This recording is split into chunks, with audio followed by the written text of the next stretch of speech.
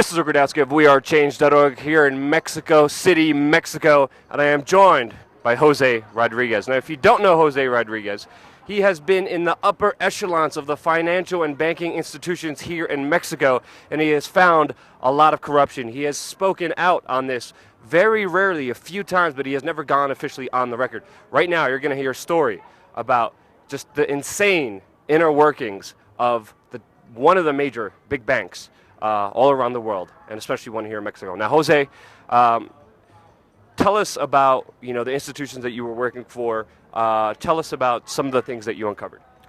Well, I have been working in the major financial institutions here in Mexico. Mostly at first I was very happy and proud of being part of them until I started seeing something that I didn't like. At first, you unfortunately, as they say in all the media, there's a lot of dishonest bankers and dishonest people running with the money of other people's handling. And well, all of this experience led me to know how the bank runs from up till down, everywhere around. And unfortunately, I was involved in investigating and being the whistleblower of a case of a person doing fraud and stealing money in one of the major financial institutions in Mexico. Now, the story is insane because this person was caught stealing millions of dollars. And then the corruption was all around him. And then dealing with it was just insane, the way you just totally described the story to me just before. Can you get into detail about some of the levels of corruption and some of the ways the bigger financial institutions and some of the individuals within it get corrupted and how they kind of steal money from the people? Well, money and power definitely corrupts, as they say, but I've seen how this happens. And unfortunately, people in the very upper levels have a very high wages and a lot of power. And they're like the top earners in the whole country and probably in the world, and not only in Mexico, but around the world. And well, they get corrupted. Like there's good perks, there's good things to do, but they go to the other side and use the resources of the company for their own benefit and start bending the rules and even breaking them.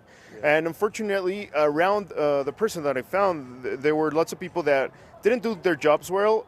There was cases of negligence and lots of people bending the rules. So this person, throughout the years, he became a professional and knowing how to take an advantage of everything that was going on around him and a lack of controls that unfortunately happened.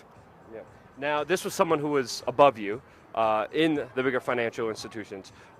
You came forward, you did your research, you did your homework. What was the end kind of result? I mean, were you even rewarded for finding all this corruption within the banking system? How was the inner workings? What's the process of it from you finding out what's happening to from there? Well, it has been one of the hardest experiences in my life, really. I didn't sleep for a long while. I had to have private security and policemen monitoring where I was, protecting me because, well, it was quite a lot of money. And well, how much are we speaking about here? No. A lot. Okay, so this guy had been doing this for about 10 years, and nobody had caught him, and which is another very big red flag. Having a fraud run for so long time, and this person knowing how to block everyone that tried to find anything, or not even blocking, like use the systems in his favor, and using all of the networks that he had, like in prisons, and all of the systems behind him to transform the systems into a way, the internal systems, that no one would get caught. It was really hard. And well, what happened is I started noticing some irregular activities, and I started questioning him. He was on top of me, you said, hierarchically. And well, I didn't know who else was involved, and I started doing an independent investigation with the information I had access to and questioning him. After I did this, I told one of my co-workers, which I have trust in, and I told him, well, I think this guy is not only manipulating the system, but he's doing fraud. That's how it started, and I started documenting it before I went to the compliance department, and well, it all break it out. Wow. Now you did everything internally. You didn't go public officially with all the information, but you did it internally. How has your experience been doing it internally, and is it the end result of you speaking out, catching this corruption, saving this kind of big institution a lot of trouble? What was kind of the end result of that? Yeah. Well, as you said, they did give me a reward after a year. They gave me an extraordinary bonus, but I don't think that covers like the lack of sleep, the threats that I had, the pressure of closing the case. They didn't care if the case was over or not over. They just wanted the case to be closed. And that is something that really impacted me. Like, I thought that these guys are really going to be interested in not only closing the case, but prosecuting this guy and correcting controls and correcting the systems. And they weren't.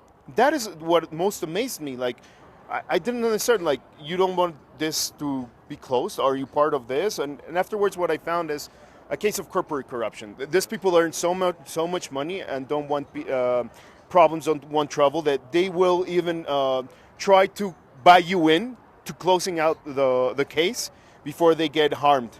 And in the end, unfortunately, too many people were colluded, and more, according to my perspective, more people should have gotten fired or even in jail.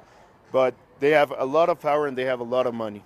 Now, the reason Jose is being a little bit candid is because there's still a lot of information that is very sensitive. And Jose risked his life exposing the corruption here in this major financial institution, but there's even more information that we cannot get into. But Jose is going to start a YouTube channel. His link will be in the description below. Definitely check out Jose's channel. He's going to be reporting not only on the financial and economic news coming out of Mexico and all over the world, but also really important big developments with Bitcoin. Jose, right now, with your social media pages, we're going to have the link for your Facebook page in the description, but where else can people find out more about you, and is there anything else you want the audience to know? Yeah.